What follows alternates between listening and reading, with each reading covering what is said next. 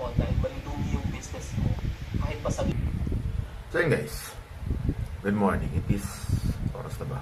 Lumuto kayo ng oras na. It is 4:03 na ng umaga. Nagre-review ako because we have a mock defense now. At di pa nakadamit. Nakakatas ko lang maligo. So welcome sa vlog na ito. Tagal ko na rin din nag-vlog.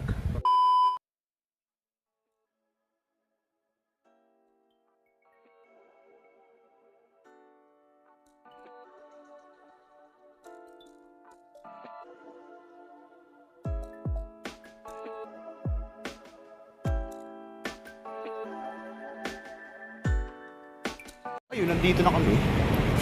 Nandito na ako ngayon. Ayos na yan. Diyos ko, oh. Ayun, oh. Palakad-lakad. Muna ako. Wait. Time is ano na ngayon eh. 5:52. Yes, nandito. Ito mga coke to. I mean kasi may, di ba, mock defense. So alam nyo naman pag nagma-mock defense, kailangan ng pagkain, di ba? I mean, soft drinks. Ang problema ko lang, pipigilan baka papapasukin ba nila ako?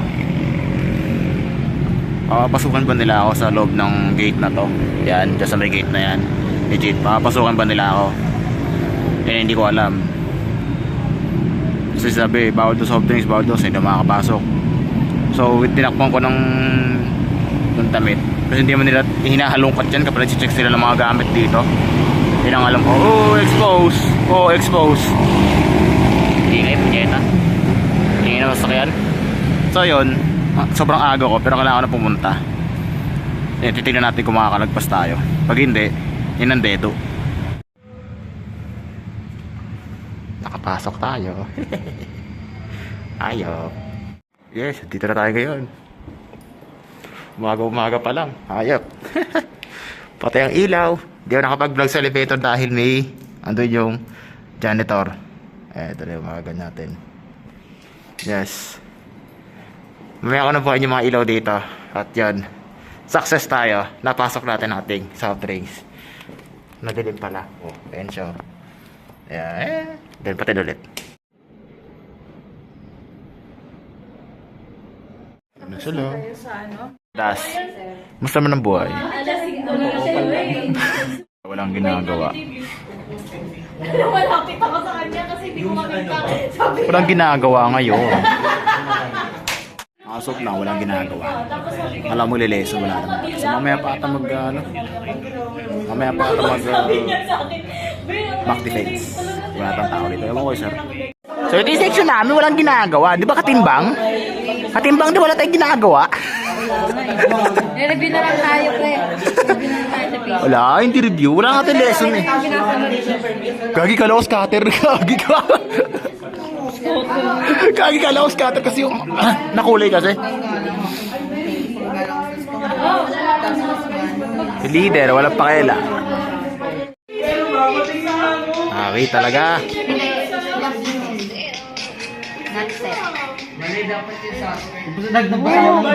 Oo, nai-stress na siya. Big boy, sa pa, big boy. Gagi. Hello guys. Yes, nasa labas tayo ngayon because may konti tayong kukwentuhan because wala yung ano natin. Wala tayong mock defense because nagkaroon ng problema. Eh, mamaya kayo explain.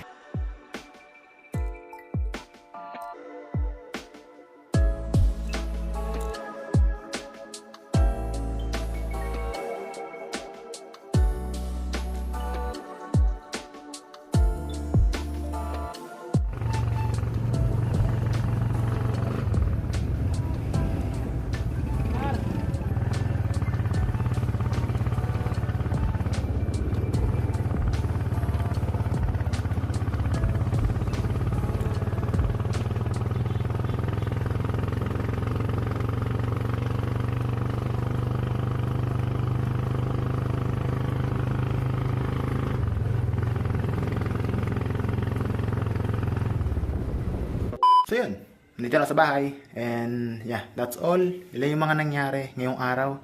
Explain ko na kung bakit nawalan kami bigla ng mock defense. It's because nung pagdating ng teacher namin, di ba?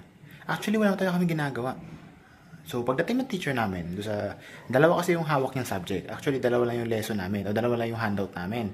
Dalawa yung subject. sa Sabado. And siya lang din mag-isa ang may handle noon ng subject namin yung dalawa. So, nag-check siya ng exam kasi last Tuesday o Wednesday, exam day namin. Pre-finals. So, nag-exam kami and then yun, chinecheck niya. In-scan niya yung mga chinek, yun. And then, while nag-a-announce siya ng mga scores, may napansin siya na parang may nag-cheating. Yeah. Because siguro sa shading pattern or para magkasunod yung ano. Parang ganun. Tapos ang nangyari, na-bad trip siya. Like as in talagang pinulit niya. Hindi ko alam kung sino yun. Hindi ko alam kung sino yung nangyaring ganun.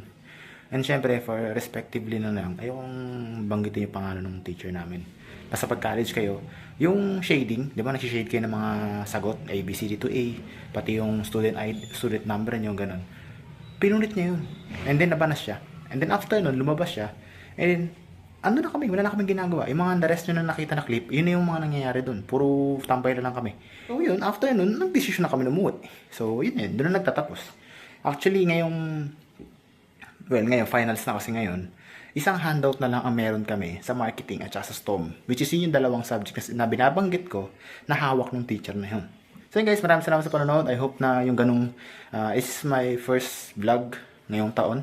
O bago magtapos ng taon siguro, na yun nga, karugtong ng vlog. So yun, maraming salamat sa panonood. As in, kakarating ko na talaga sa bahay. And then, kung nagustuhan mo itong video na to, syempre, i-like mo na yung video na to. And syempre, huwag mo kalimutan pinutin yung notification bell after mo mag-subscribe sa channel ko. So yun guys, see you guys in my next video. Bye-bye.